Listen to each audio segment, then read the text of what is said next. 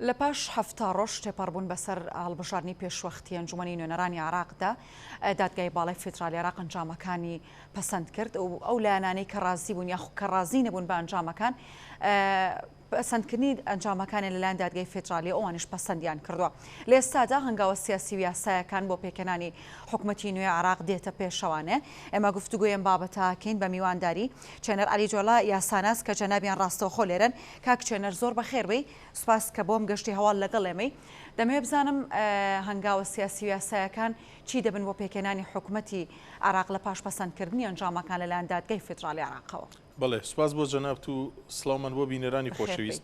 دیارە پرسیارەکەی جەناب دوو تەوری لە خۆی گر هەنگاوی سیاسی و هەنگاوی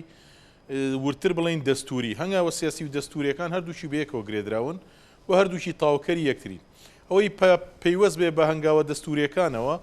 جگەل لە دەستوری عراق کۆمەڵێک بڕیاری دادگای باڵای ئیتیحادی ڕۆڵە بینێ لەو بابەتە. ئەگەر باسی یەکەم هەنگاوکەین دیارە دوای پەسەندکردنی دەرەنجامەکان لەلایەن دادگای باڵای فیدرالیەوە سەرۆکۆماری عێراق کە تاکە موئەسسە و تاکە کەسە دەسەڵاتی دەستوری ئەمێنێ لە کاتی ئەنجامدانی هەڵبژاردنەکان هەڵەسێ لە ماوەی 15 ڕۆژە ڕائەسپێرێ و بانگێشتی خولی تازەی پەرلەمانەکە واتە ورتر بڵێن خولی تازەی ئەنجومەنی نوێنەرانەکە بۆ کۆبوونەوە کە لەو ڕۆژەی کە دیاری ئەکرێەوە ئەنجومەنی نوێنەران یەکەم کۆبوونەوەی خۆی ئەنجامەیە پێویستە بە پێ ڕێکارە دەستوریەکان سەرۆکێک و دوو جێگەر هەڵبژێرن بە زۆرینەی ڕەهای دەنجی ئەندامانی پەرلەمان. دیارە گەر باز لە زۆرینەی ڕەهاشکەین ژمارە ئەندامانی ئەنجومەنی نوێنەران 329 ئەندامن ئەگەر نیوە زائیدێکی وەرگین 165 ئەندامەکە و بە هەڵبژاردن لە ڕێ ئینتیخاباتی سڕی و نهێنی دەستەی سەرۆکایەتی پەرلەمان هەڵبژێرێ. کاتێ دەستەی سەرۆکایەتی پەرلەمان هەڵبژێرێ و دامەزراوەی ئەنجومەنی نوێنەران ورتر بڵێن دەسەڵاتی یاسادانان لە عێراق دروست دەکرێ هەنگاوی دووەم ئەنرێ بۆ دروستکردنی دەسەڵاتی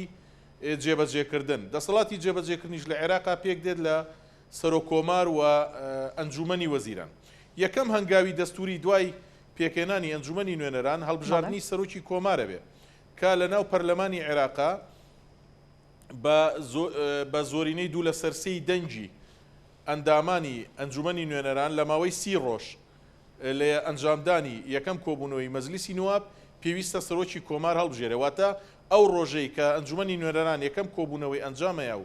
سەرۆک و دوو جێگر هەڵبژێرێ لە دوای ئەو بەروارە تا 30 ڕۆژ ئەبێ سەرۆکی کۆمار هەڵبژێرێت. دیارە ئەنجومەنی نوێنەرانیش کۆمەڵی ڕێکاری دەستوری و یاسایی هەیەگرێتە بەر ئەوەیە بابی خۆپاڵاوتن نکاتەوە لە ماوەی ئەو 30 ڕۆژە ئەوانەی مەرجەکانیان تیا و مەرجانەی لە دەستوری عێراقیە هەیە بۆ خۆپاڵاوتن CV و داواکاری خۆیان پێشکەشەکەن. پرۆسی هەڵبژاردنەکەش وەکو باسمان کرد یەکەم هەنگاو ئەبێ بە دوو لە سەرسەی دەنگ بێ. ئەگەر بە دوو لە سەرسەی دەنگ متمانەی بەدەستنێنا سەرۆکی کۆمار ئەوە بۆ خولی دووەم ئەگەڕێتەوە لە خولی دووەمە ئەگەڕێتەوە جاریشتر بۆ زۆرینەی سادەی ئەو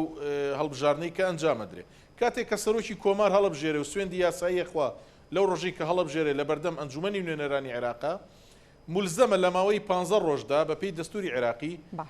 کوتلەی نیابی خاوەن زۆرترین کورسی لە پەرلەمانی عێراقی ڕاست پێرێ بۆ پێکێنانی حکومەت. لێرەیە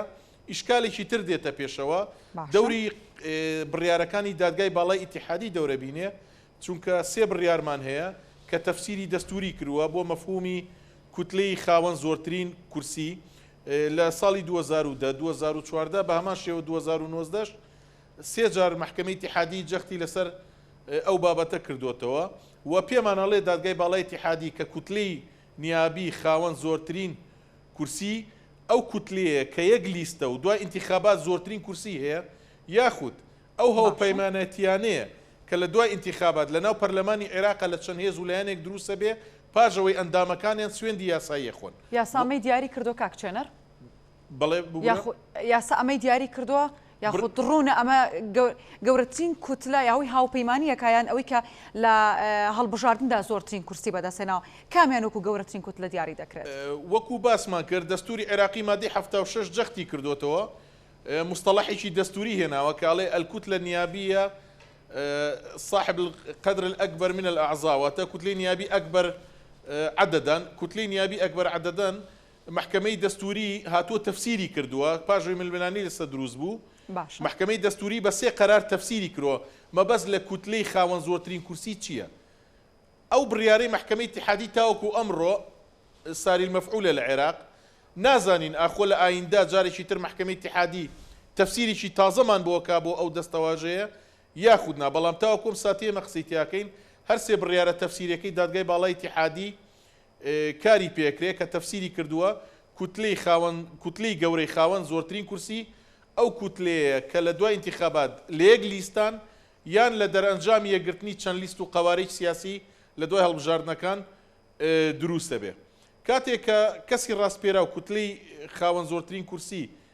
دروستە بێ و ڕاستپێرێ بۆ پێگەێنانی حکوومەت لە ماوەی 15 ڕۆژە سەرۆکۆمار تەکلیفیانەکە. ئەو کەسەشی کە ڕاستپێرێ پێویستە لە ماوەی 30 ڕۆژە کابینەی حکوومەکەی و بەرنامەی حکوومەتەکەی بەرێت بۆ ئەنجومەنی نوێنەرانی عێراق تاوەکو متمانە بەدەستبێنێ خۆ ئەگەر نەیتوانی لە ماوەی ئەو 30 ڕۆژە ئەو کارە ئەنجام بە لە ماوەی 15 ڕۆژی تر سەرۆکۆمار کەسی دووەم ڕاستپێرێ بەڵام لێرەدا خاڵێک دێتە پێش ئەو پرسیارێتە پێش ئایا سەرۆکۆمار مولزەمە هەمان ئەو کوتلەیە ڕاستپێرێتەوە من بەڕای تایبەتی خۆم پێم وانە سەرۆکۆمار لە دووەم قۆناغا مولزەم بێ بەوەی هەمان کوتلەی خاوەن زۆرترین کورسی پێک بێنێتەوە بۆیە سەرۆکۆمار دەستکراوە بێ لە جاری دووەم و سێمە ئەگەر نەیانتوانی حکوومەت پێک بێنن خۆی کەسێک ڕاستپێرێ بۆ پێکهێنانی حکوومەت ئەمە هەنگاوە دەستوریەکان بوو. ئێستا باز لە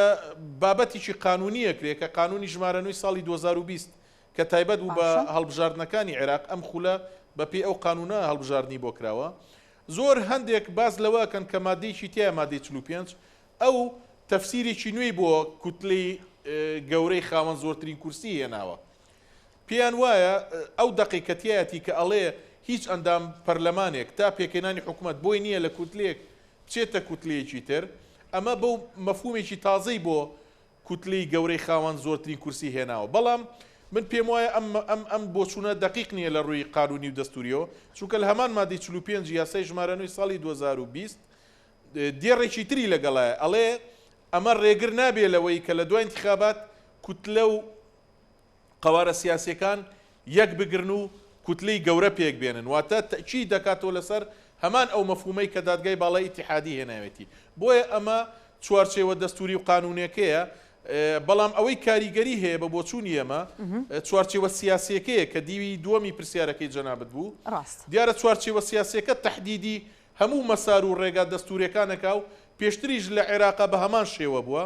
من خۆم خوێندنەوەی تایبەتی خۆم وایە بەنسبەت پێکهێنانی هەڵبژاردننی سەرۆک و دوو جێگر لەناو ئەنجومەنی نوێنەرانی عێراق بۆ دەستەی سەرۆکایەتی ئەنجومەنی نوێنەرانی عێراق گرفتێکی سیاسی و دەستوری وای لێ ناکەوێتەوە چونکە حەسم بووە کە کوتلەکەی بەڕێز حەلبوسی زۆرترین کورسی هەیە هەر خۆشی ئەو کەسابێکە تهدیدی ئەکات جا ئایا خۆیەتی یا کەسێکی ترە کە ببێتەوە بە سەرۆکی ئەنجومەنی نوێنەران دوو جێگرەکەش معلومن یەکیشان جێگری یەکەم بۆ پێکاتی شیعێ و جێگری دووەم بۆ پێکاتەی کوردە هەنگاوی دووەم دێتە پێشەوە هەڵبژاردننی سەرۆکۆمارە سەرۆکۆمار بەپی ئەوەی کە ئەو عورفایی کە لە عێراقا بەرجەستاکرێ و ڕێکەوتنی سیاسی تا ڕادەیەک لەسەر هەیە ئەدرێ بە کورد لێرەدا گرفت دروستە بێ ئایا کورد خۆی چێ تهدید دەکا بۆ پۆستی سەرۆکۆمار ئایا ڕێکەوتنی سیاسی ئەکرێ یا ناکرێ یاخود ئەگەڕێنەوە بۆ هەمان ئەزمموی پێشووکە لە ناو پەرلەمانی عێراق کاندیدە کوردەکان بچنە ناو پرۆسی هەڵبژاردنەکە و چێ زۆرترین دەنگی بەدەزێنا بۆ ئێمە ئەم گرفتە هەیە دوای ئەمەش گرفتێکی تر دێتە پێشەوە ئایا کوتلەی گەورە لە ناو پێکاتی شیعی چێ دەستنیشانیەکە ئێستا کوتلەکەی بەڕێز موقتەدە سەدر ڕایگان و ئەڵێ من کوتلەی گەورەم لە بەرامبەریشدا کۆمەڵێکەیە لە چوارچێوەی ئەوەی پێڵن ئیتاری تەنسیقی شیعی ئەوانیش خۆیان کۆ کردوتەوە و سەردانی لایەنەکانیان کردو و تەنانەت سەردانی کوردستانیشان کردووە بۆیە ئەوە تهدیدی ناکات چێ خاوەنی زۆرترین کوتلەی پەرلەمانیە کە ژماری زۆری کورسەکانی بەدەستێنابێ بیرمان نەچێ یانی یەک کێشەی دەستوری و قانونی هەیە هیچ هێزێک لە عێراقا 165 کورسی بەدەست نێناوە تاوەکو بە تەنیا بتوانێت بڕیار بە بۆیە ئەو هێزە ئەبێ بە زۆرترین خاوەن کورسی یاخود کوتلەی گەورەی خاوەن زۆرترین کورسی کە بتوانێت 165 ئەندام لە ناو چوارچێوەکەی خۆی لە ئەنجومەنی نوێنەران کۆبکاتەوە دیارە ئەگەر ئەمەشیان کرد بێگومان گرفتەکە کۆتایی نایە گرفتە سیاسەکە چونکە ئەمێنێتەوە سەر ئەوەی ئایا ئەو تەوافقەی لە عێراقا هەبووە بەردەوامە بن لەسەری مەفهومی شەراکەت جارێکی تر لە نێوان پێکاتی کورد سونە و کورد و شیعەکاری پێکرێ ئێستا باز لە مەفهومێکی تازەی سیاسی ئەکرێ ئەغلەبی وەتەنی تاوەکو ئێستا ڕوون نییە ئایا ئەغلەبی وەتەنی مەبەست چییە تەنها سێ هێز هەموو دەسەڵاتەکان ئەگرنە دەست خۆیان و هێزەکانی تر پەراوێز دەخەن و ئەیانکەن بۆ ئۆپۆزیسیۆن ئەمەش بێگومان ئاسان نییە و گرفت و لێکەوتەی سیاسی خۆی هەیە. باشە کاکچێنەر باست لە کۆمەڵی قۆناغ کرد کە ئەمانە ڕەنگە بۆ هەر قۆناغێک بۆ خۆی کاتی بوێت. ئاگادار بووین تا ئەنجامەکان مازانی نزیکی هەفتا ڕۆژی بەسەردا تێپەڕی. پێکێنانی حکومت پێشبینێکی چەندێکی بەسەر تێپەڕێ و لە ڕووی یاساییەوە تا کوێ ئاساییە پێکێنانی حکومت دوا بکەوێت. بێگومان نابێت دەستوری عێراقی بۆ ئەوە نووسراوە کە فراغی قانونی و ئیداری و بۆشایی دەسەڵاتەکان لە عێراقا دروست نەبێ بۆیە پێویستە پابند بن بەو وادە دەستوریانەی لە ناو دەستورە هاتووە. باش بەڵام ئەم بابەتە جارێکی تر گرێدراوە بە ئیتفاقی سیاسی و بە ئاسانی تێپەڕاندنی ئەو ڕێکارانەی باسمان کرد چونکە هەر سێ ڕێکارەکە لە هەڵبژاردننی دەستی سەرۆکایەتی ئەنجومەنی نوێنەرانی عێراق سەرۆکۆمار سەرۆکی ئەنجومەنی وەزیران گرێدراون بە ئیتیفاقی سیاسی هەر سێ پێکاتەکە ئەمە هەنگاوی یەکەم. لە ناو پێکاتەکانیش ئەو بابەتە ئەگەر بۆ سونە تا ڕادەیەک ئاسان بێ بۆ کورد و شیعە گرێدراوە بە ئیتیفاقی نێوان هێزە سیاسیە کوردستانیەکان و هێزە شیعەکان کە ئەمەش خۆی لە خۆیان گرفتیی سیاسی ترە. ئەگەر ئەمڕۆ ئەو هێز و لایەنانە ڕێکەوتنی سیاسی بکەن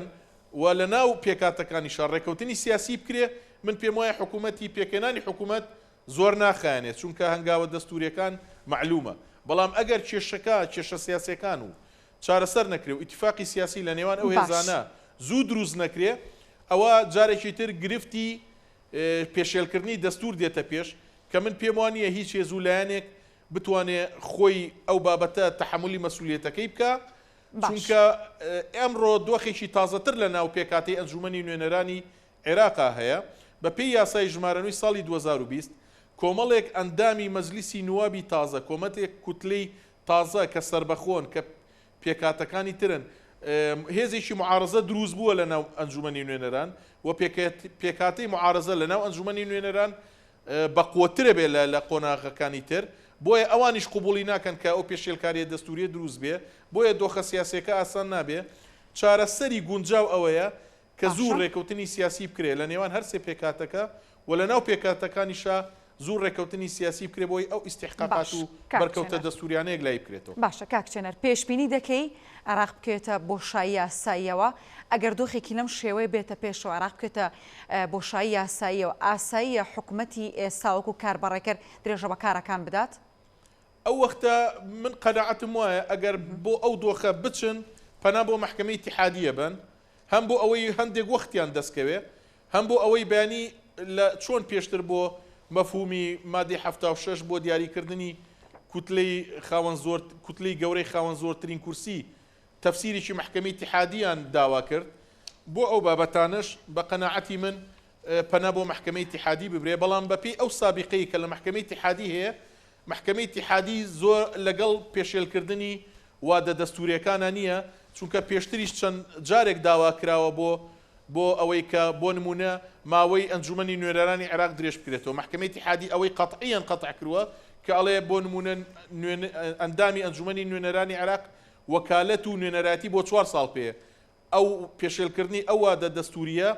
پێشێلکردنی ئیرادەی گەلانی عێراقە بۆیە قورسە محکەمەی اتحادی دەرگایەک بکاتەوە کە زەمینە بڕەخسێنێ بۆ پێشێلکردنی وادە دەستوریەکان بۆیە باشترین چارەسەر ئەوەی ئیتفاقی سیاسی بکرێ خۆ ئەگەر ئیتفاقی سیاسی نەکرێ ئەو وەختە عێراق بەرەو بۆشایەکی سیاسی و دەستوری خراپەڕوە ئەو هێزوو لایەنانەی کە ئەو دۆخە دروستەکەن ئەو وەختە بەرپرسیارەتەکان لە ئەستۆگرن لێرەدا لەوانەیە ئاسانکاریەک بێتە پێش لە چوارچێوەی ململانی هێزە شیعەکان بۆ هەڵبژاردننی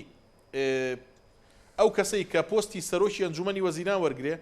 پێ ئەچێ ئەگەر نەگەنە ڕێکەوتن بۆ حەسمی ئەو مۆزوعە شانسی بەڕێز کازمی جارێکی تر بەهێز بێتەوە وەکو کەسێکی تەوافقی ڕێکەوتنێکی لەسەر بکەن بیکەنەوە بە کاندیدی خۆیان بۆ قۆناغی داهاتوش و بەڕێز کازمیش لە ماوەی کارکردنیە هەم تەئیدێکی نێودەوڵەتی هەم تەئیدێکی ئیقلیمی تەنانەت بە هێزە بڕیاردەر و کاریگەرەکانیش چ کۆماری ئیسلامی ئێران بێت چ ویلایەتە یەکگرتووەکانی ئەمریکا بێ جۆرێک تەوافق لەسەر و کەسایەتی هەیە بۆیە ئەگەر ململانی نێوان شیعەکان توند بوو و نەگەشتنە ڕێکەوتن من پێم وایە بەڕێز کازمی ببێتەوە جە چۆن پێشتر بوو بە مەخرەجێک جارێکتر بێتەوە بە مەخرەجێک بۆ ئەو بابەتە ئەگەرنا گرفتەکەی عێراق گرفتێکی قوڵە بێ ئەگەر هاتوو لەوادە دەستوورەکانە استحقاقە دەستوورەکان جێبەجێ نەکرێ و هێزێکی فشاری تریش ئەمڕۆ هەیە فشاری جادە هەیە و فشاری ئەو هێزانەش هەیە کە دەرئەنجامەکانیان ڕەت کردوتەوە بۆیە ئەو هێزانی کە براون و لەم هەڵبژاردنە کورسیان بەدەزێناوە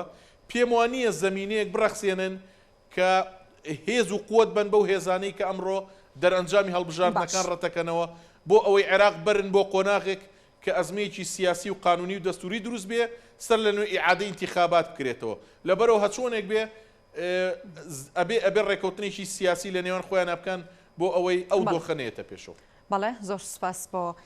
چێنەر عەلی جۆڵە دیاسانە سوپاس کامیوانی کورسات نیوسبی سوپاس بۆ زانیاریەکانە سوپاس بۆ جەنابیشتە.